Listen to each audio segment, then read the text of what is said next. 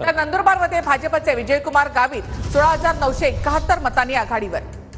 तर नंदुरबारमध्ये आपण पाहतोय विजयकुमार गावित 16,971 मतांनी आघाडीवर आहेत. तर कल स्पष्ट होताना आपल्याला पाहायला मिळत आहेत. 288 पैकी 288 जागांचे कल. तर सांगोल्यामध्ये बाबासाहेब देशमुख शेकापचे उमेदवार सध्या आघाडीवर आहेत. 6,900 मतांनी त्यांनी आघाडी घेतली आहे. इगतपुरीमध्ये हिरामण खोसकर 30,000 मतांनी आघाडीवर. तर सांगोल्यामध्ये शहाजी बापूंना मागे टाकत शेकापचे बाबासाहेब देशमुख हे आघाडीवर आहेत. शेकापचे बाबासाहेब देशमुख 6,900 मतांनी आघाडीवर.